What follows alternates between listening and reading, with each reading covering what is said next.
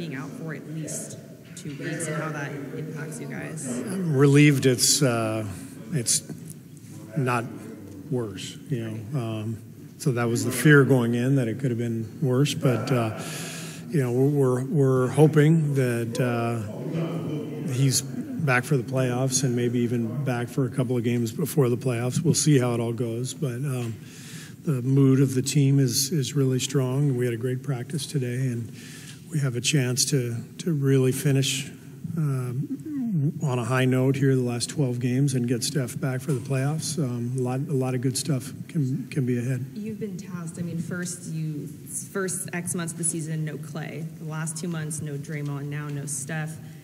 As a coach, I mean, how challenging has it been to try and fill these vacancies of 3 of your most important players consecutively? Yeah, I mean, that's just part of it, every year is going to be different. You hope for perfect health, and you rarely get it, and so you just adapt as you go. And, we have a really good, deep roster, and a lot of guys have stepped up and helped us win games this year. So there's no reason why we can't continue that trend. So surgery is ruled out for Steph at this point? Nobody has said anything about surgery to me, so you said that word. I didn't say that word, yeah. How concerning is it that you won't have sort of the continuity of having everyone play together heading into the playoffs? Well, there's nothing we can do about that. So, I'm not going to sit here and worry about it. We're going to lock in on becoming the defensive team that we were the first 2.5 months of the season. With Draymond back, there's no reason why we can't rediscover our defensive identity, while Steph is out. And we were going to need to do that anyway. So that becomes the focus for these last 12 games. And then, offensively, other guys will step in and try to fill Steph's shoes. But we can score plenty with the guys that we have. The focus has got to be the defense, and if we can lock back in at that end and start making our mark, then I have no doubt we can get on a really good run. Draymond had mentioned that he's open to starting if needed. How do you think his workload will be? Will he still be on a minutes restriction? I haven't talked to Rick about that yet, but I'm anticipating that it'll continue to go up gradually. He's responded really well to both games that he's played, and as that goes up, he's for sure getting back in the starting lineup, and we'll go from there.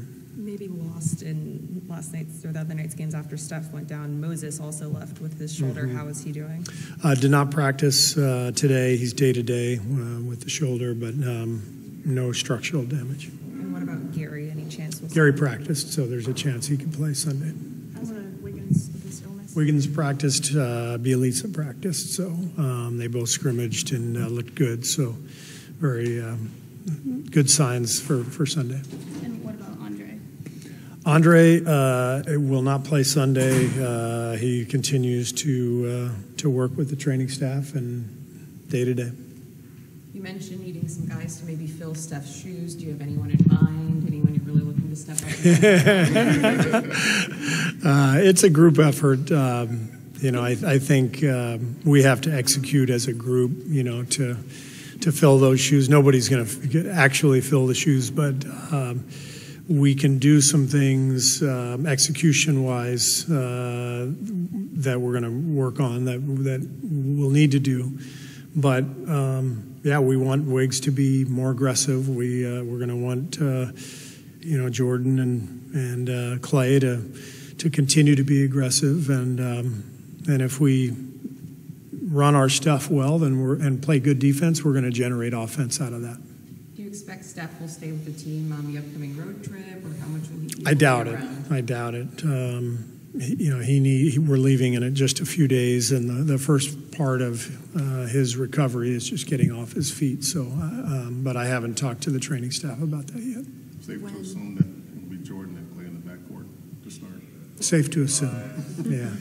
When Clay has pressed a little bit lately, and now there's even more of a need for scoring without Steph there, how do you want to to balance this situation?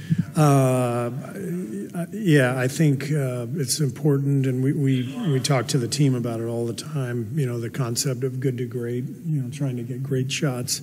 That balances out our defense, our transition defense, and it gets everybody involved. I think Clay has wrestled with that a little bit. He's trying so hard to be back to his old self that he's forcing some shots. And as he remembers his impact just drawing people to him and then moving the ball, he'll see the results that our offense gets. And we've seen that already over the last few weeks. It's just he's still, really trying too hard, to make a home run, to hit a home run on every play, and he's just got to relax and let it come. For Wiseman, he's going to have a fourth game in the G League. What do you think about his body of work so far down there? James has been great. It's good to see him get action after almost a year and start to build some rhythm and conditioning. And I'm really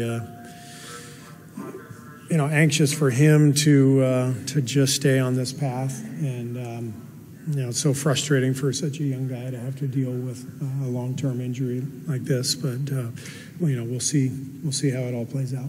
Do you know right now if he'll join you on the road trip? I don't know. Yeah. Seems like you guys can't catch a break. What can you say about the resiliency of this group? Yeah, I mean, it's a lot of teams have dealt with that this year. Tons of injuries around the league, COVID, just stuff happening. And so, we're not unique in that regard. And in some ways, these playoffs are going to be about who is the most resilient team and who can handle the adversity the best. So I believe in this group. We have championship players on the team. We have some young guys who are great learners and listeners, and the experience that they're going through now and into the playoffs will be great for them. And you just got to keep going. There were some things you were able to learn about your team when Draymond was out. Some good, some bad, but with Steph out, is there a silver lining anywhere? I mean, what can you get from this that might help you in the postseason with some of these guys? I think the silver lining, as far as Steph is concerned, is that he's going to be rejuvenated and recharged after this time off. You remember last year he missed 8 or 9 games with the tailbone. He had an amazing stretch the next month or two, partly because he was able to recharge his batteries. So the silver lining is that Steph will get a break before the playoffs come, and assuming everything goes well, he'll be ready to roll. And as far as the team is concerned, it'll give us an opportunity to learn, how to execute without him, which could come in handy during those minutes during the playoffs when he's off the floor. If we can learn to execute a little bit better now, then that'll serve us well later. Since some of the upcoming games are basically playoff games at this stage, and you have a lot of guys on this team that haven't really made deep playoff runs. I mean, benefits there for them just to be in that high-pressure situation? Yeah, for sure. The experience down the stretch with so many teams clumped together in the standings, these games will all feel big, and that'll be a great experience for them.